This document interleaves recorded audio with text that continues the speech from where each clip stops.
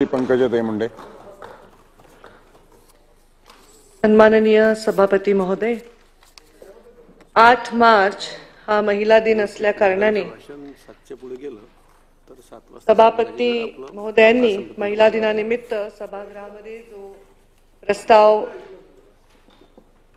मांडला, ज्याचा आग्रह आमच्या सर्वांच्या मार्गदर्शक ज्येष्ठ नेत्या, अत्यंत चळवळीतून आलेल्या आणि इतका अभ्यास त्यांचा आहे की नेहमीच त्यांच्याकडनं मार्गदर्शन मिळतं, त्या उपसभापती नीलमताई गोरे, आपल्या या सभागृहाचे प्रमुख आदरणीय उपमुख्यमंत्री एकनाथजी शिंदे साहेब, ज्यांनी खरंच लाडका भाऊ बनून या महाराष्ट्रामध्ये एक वेगळीच क्रांती घडवून आणण्यामध्ये मोठं योगदान त्यांनी दिलं। विरोधी पक्षाचे नेते अंबादासजी दानवे, माझ्या सहकारी आमदार प्रज्ञा सातव, आमदार चित्रा वाघ, आमदार मनीषा कायंदे, आमदार उमा खापरे, आमदार अमोल मिटकरीजी, आमदार भावना गवळी, आमदार प्रवीण दरेकर, प्रसाद लाड, सर्व लोकांनी या निमित्ताने आपले अत्यंत मौल्यवान विचार मांडले। मला तर खरंच प्रश्न पडला की आता एवढ्या भाषणानंतर मी नेमकं काय बोलू। विचार करत असताना आठवलं की आम्ही लहानपणी म्हणी खूप पाठ करायचो, काही उदाहरण आमचे भाषेचे शिक्षक आम्हाला द्यायचे, तर ते नेहमी आम्हाला सांगायचे की ज्याला भूक लागल्यावर खातो ती आपली प्रकृती, भूक लागल्यावर खाणं ही प्रकृती आहे, भूक लागली नसतानाही खाणं ही विकृती आहे, आणि भूक लागली असतानाही दुसऱ्यासाठी राखून ठेवणं ही संस्कृती आहे। आणि ही संस्कृती जी आहे ती एक मोठी सावली आहे आणि ही संस्काराच्या वृक्षांनीच आपल्याला लाभत असते, आणि त्या संस्काराच्या वृक्षाचं जर बीजारोपण स्त्रीने केल्याशिवाय त्याचा वृक्ष होत नाही, हे आपल्याला इतिहासाने आपल्या पौराणाच्या काळाने सुद्धा नेहमी सांगितलेलं आहे। आजच्या स्त्रीविषयी आपण बोलत असताना थोडं जर मागे वळून पाहिलं तर स्त्री ही आदिशक्ती, पराशक्ती, स्त्रीपासून जग निर्माण झालं, त्रिदेव निर्माण झाले, त्रिदेवांनी दिले कोणते वर आणि जे झेपायचे नाही अशी परिस्थिती निर्माण झाली, तर महाकालींनी येऊन युद्ध केलं। जेव्हा महालक्ष्मी श्री निघून गेली तेव्हा समुद्र मंथन झालं, आणि जेव्हा विद्वत्तेचा विचार आला ते महासरस्वती देवीनी स्वतः कोणाच्या विद्वत्तेवर विराजमान होऊन, जिभेवर विराजमान होऊन या जगाला ज्ञान दिलं। पण आता आपण जर पाहिलं की त्या संस्कृतीचा हळूहळू बदल होत गेला, लोप पावत गेला, लोकांनी स्त्रीला जखडून ठेवण्याचा प्रयत्न केला। संस्कृतीचं बीजारोपण करणारी, संस्काराची सावली देणारी स्त्री ही स्वतःच्या अस्तित्वासाठी लढायला लागली। अस्तित्वाची लढत लढत आपण इतके मागे गेलो की तिला शिक्षणाचा अधिकार, तिला पोषणाचा अधिकार सुद्धा मागावा लागला। एवढंच नाही तर तिला जन्म घेण्याचा सुद्धा अधिकार मिळवण्यासाठी लढावं लागलं। ती फार जुनी गोष्ट नाही आहे। मी जेव्हा आमदार म्हणून 2009ला निवडून आले होते तेव्हा बीड जिल्ह्यातील शिरूर तालुक्यामध्ये या राज्यातील सगळ्यात कमी मुलींची संख्या होती, आणि तेव्हा मी काम केलं की मी विचार केला की मुलींचा जन्मदर वाढावा याच्यासाठी काम केलं पाहिजे। मला स्वप्नातही नाही वाटलं होतं की परत मी मंत्री होईन वगैरे।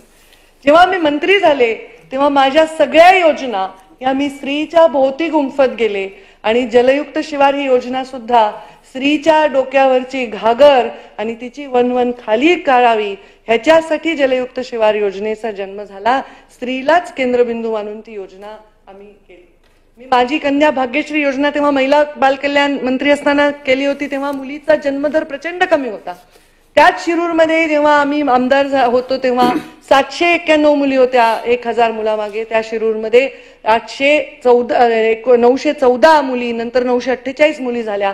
स्त्रीचा जन्मदर वाढण्यासाठी योगदान देतात। मुलींना शिक्षण मिळावं, आता चंद्रकांत दादांनी सांगितलं की मुलींना 100%, अर्थात त्याला क्रिमिलेअरचा अट आहे, पण 100% फीस माफ झाली पाहिजे, कारण शिक्षण हा तिचा अधिकार आहे। आणि या सगळ्या गोष्टी करत असताना मी जेव्हा स्त्रीच्या प्रत्येक गोष्टीकडे बघते, खरंच मल्टीटास्किंग विषयी आपण प्रज्ञाजी बोलत होत्या, मनीषाताई बोलल्या, सगळ्याच माझ्या सहकाऱ्यांनी त्याचा उल्लेख केला।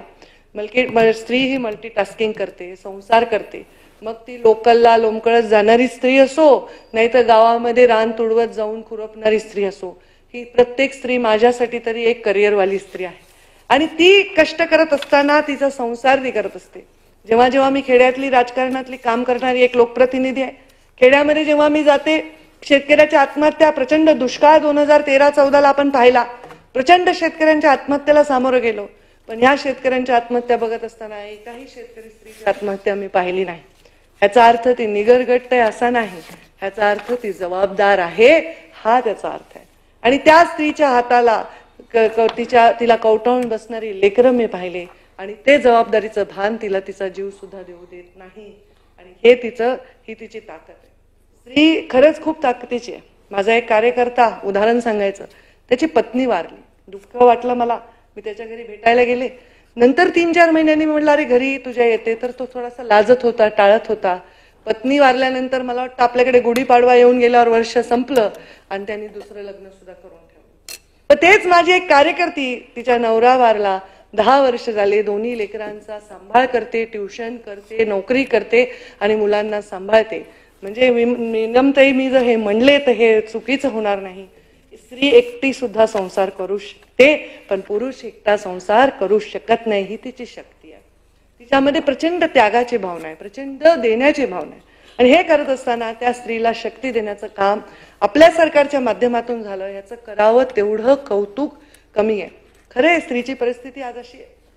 शिक्षणासाठी मी म्हटलं लढायचंय, पोषणासाठी लढायचंय. मी महिला बालकल्याण मंत्री होते तेव्हा स्वच्छता अभियान आमचे लाडके प्रधानमंत्री नरेंद्र मोदींनी पुकारलं होतं. आणि त्या स्वच्छता अभियानाच्या माध्यमातून आम्ही सॅनिटरी नॅपकिन देण्यासाठी अस्मिता योजना केली होती. कारण मुलींना, सगळ्यात जास्त महिलांना कॅन्सर होण्याची कारण त्यांचं हायजीन सुद्धा आहे, हे सुद्धा आमच्या लक्षात आल्यानंतर आम्ही या योजना राबवल्या. आता मी विनंती करेन, सभागृहाचे नेते इथे आहेत, की जर मुलींना कॅन्सर पासून वाचवायचं असेल तर त्यांना एक इंजेक्शन जर आपण दिलं तर त्याच्यामध्ये बऱ्या प्रमाणात त्यांच्या कॅन्सरचं प्रमाण कमी होऊ शकतं. मी आत्ताच आदरणीय चंद्रकांत दादांशी चर्चा करत होते. जर हे आपण सरकारतर्फे देऊ शकलो, कारण हा निर्णय आम्ही तेव्हा घेतला आणि मग आचारसंहिता लागल्यामुळे राहिलेला आहे, तर आपण खूप मुलींना त्या अत्यंत धोक्याच्या परिस्थितीत जाण्यापासून वाचवू शकतो.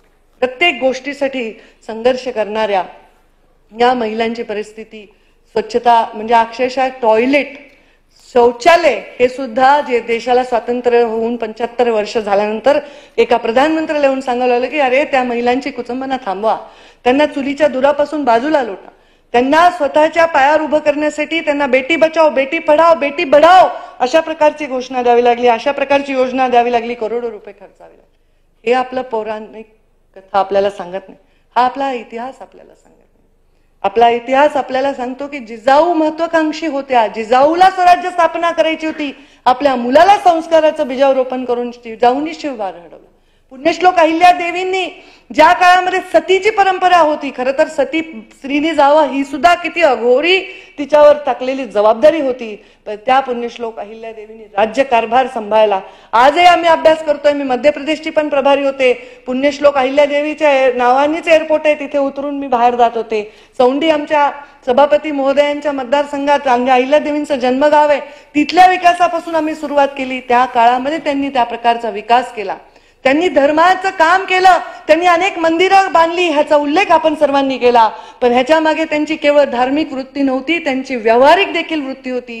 कारण त्या काळामध्ये धर्माच्या केंद्राच्या आजूबाजूला सगळा व्यवसाय होता, लोकांना रोजगार मिळावा, धर्म वाढल्याने लोकांमध्ये एकता यावी, सुरक्षा निर्माण व्हावी, हा सुद्धा त्याच्यामागे अत्यंत मुत्सद्दी असा दृष्टिकोन होता. सावित्रीबाई फुलेंचा उल्लेख केला, खरं तर हे रिपिटेशन होणार आहे, पण आज त्यांचा उल्लेख नाही केला तर आजच्या दिवसाला आपण त्यांचा सन्मान नाही केला तर या उपयोग नाही.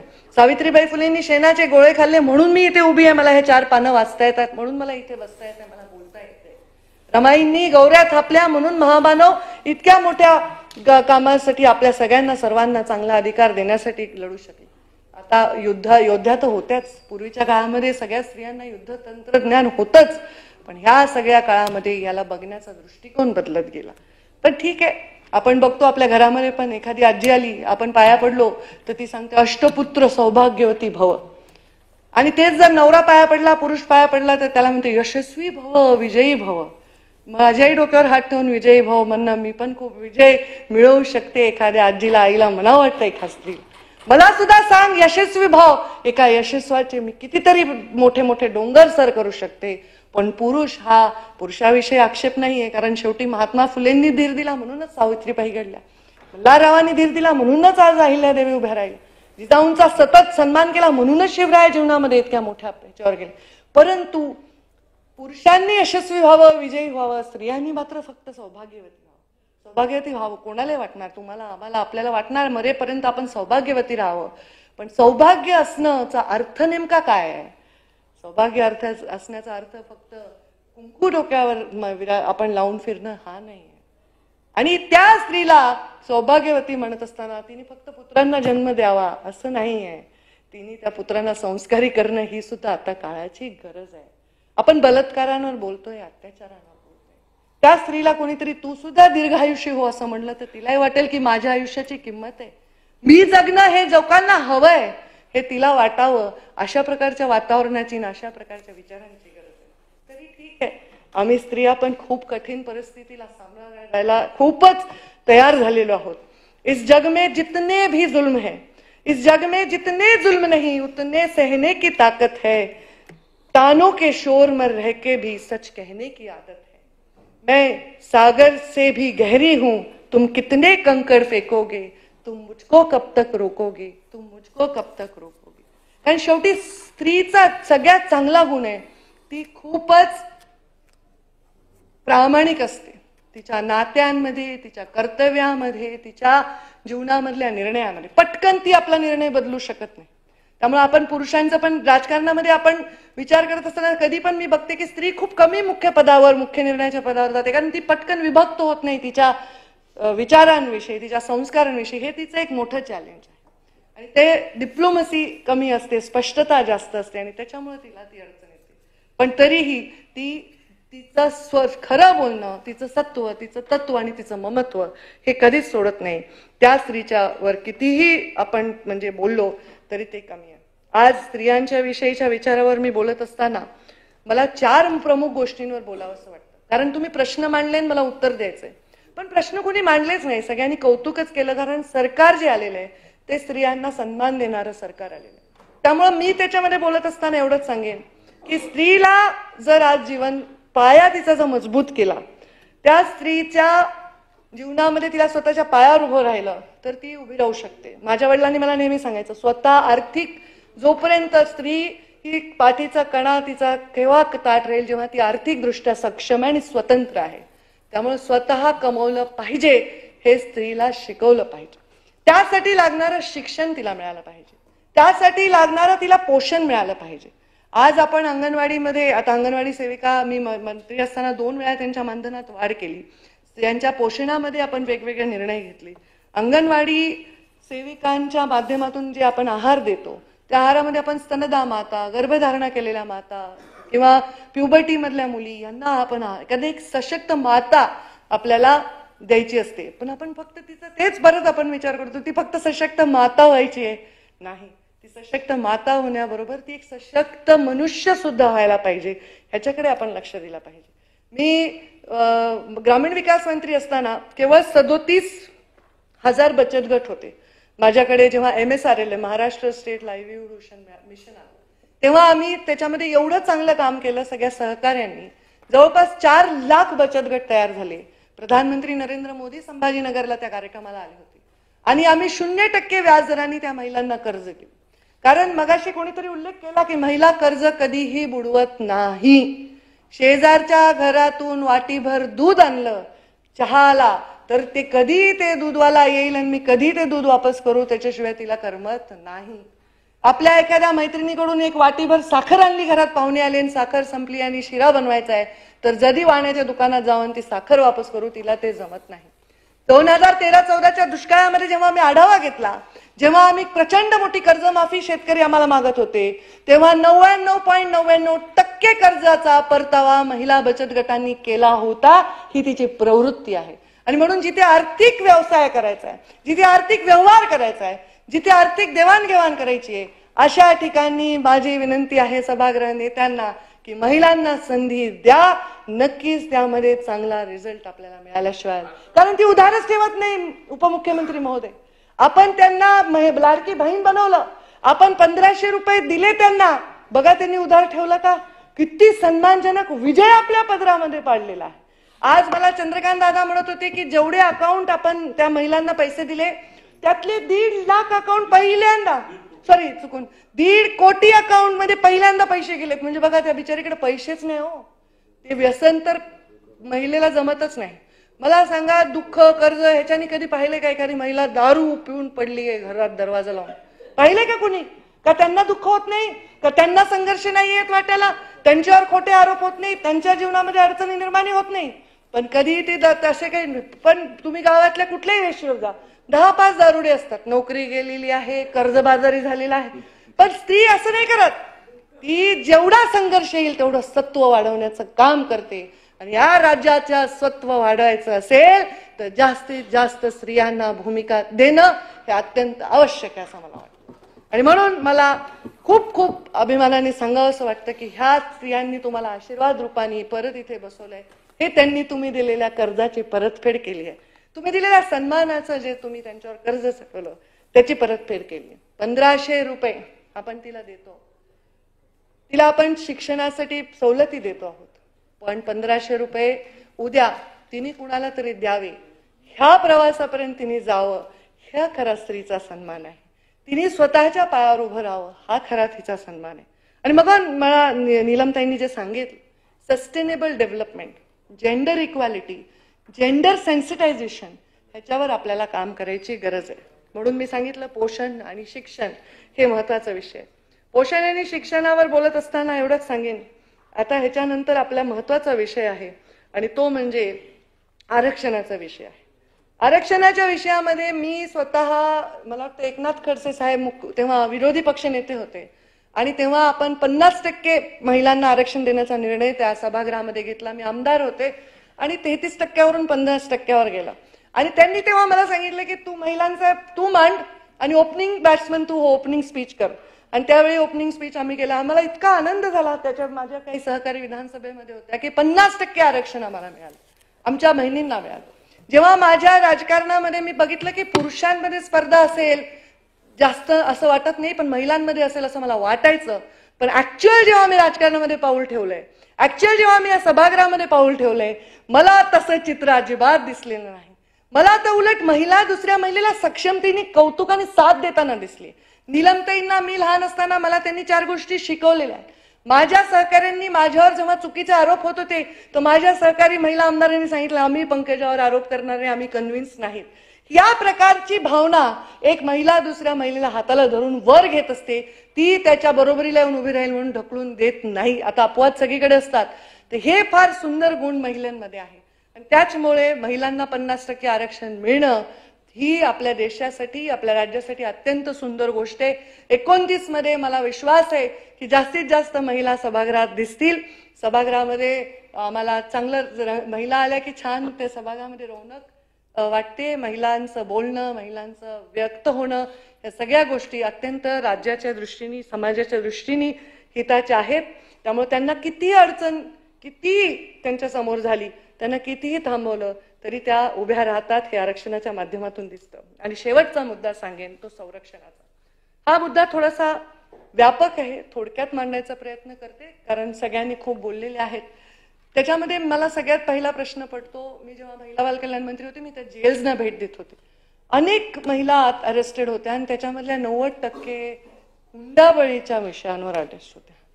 आम्ही लहान असताना, आम्ही मोठे होत असताना, लग्नांमध्ये आमच्या भावंडांच्या जाताना खूप लोक कौतुकाने येऊन आमच्या आईवडिलांना पत्रिका देताना, आता मलाही देताना सांगतात, ताई हुंडा घेतला नाही बरं का आम्ही.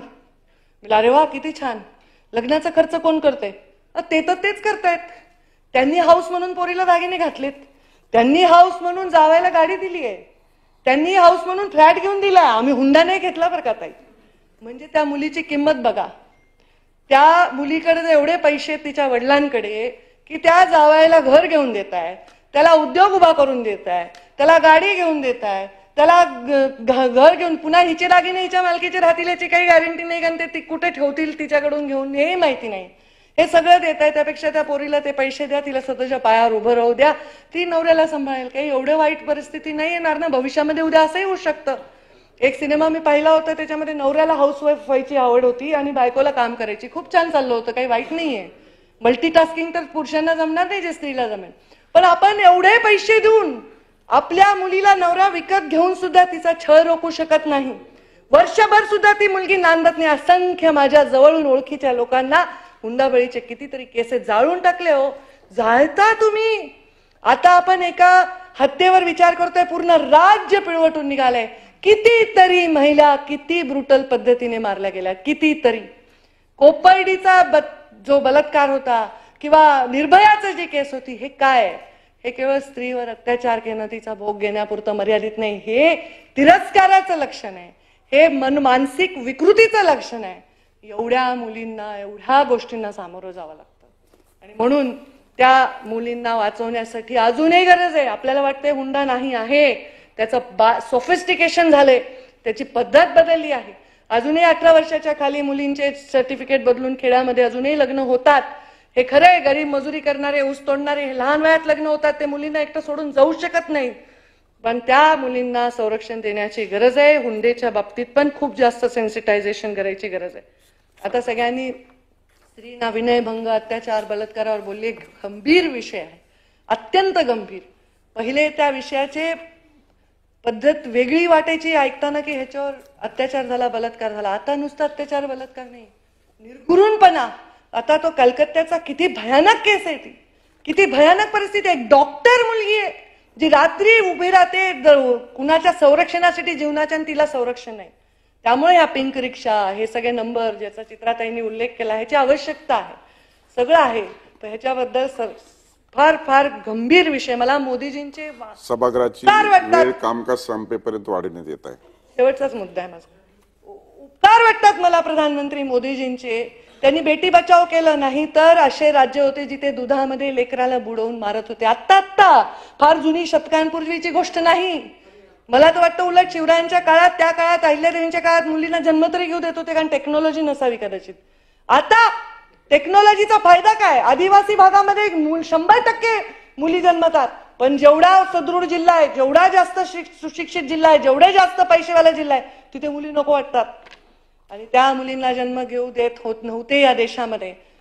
दुधात बुडवून मारत होते, जिवंत पुरत होते, उकिरड्यावर टाकत होते. मी स्वतः सोडवलेत लेकरं, मुंग्यांनी खाऊन टाकलेले लेकरं, कारण ती स्त्री आहे. मला रेल्वेच्या बर्थमध्ये एक बाळ सापडलं, 1 दिवसाचं बाळ, चांगलं श्रीमंत घरचं असावं. पूर्ण बास्केटमध्ये दुधाची बाटली बिटली तलम कपड्यांमध्ये गुंडाळून ठेवलेलं होतं.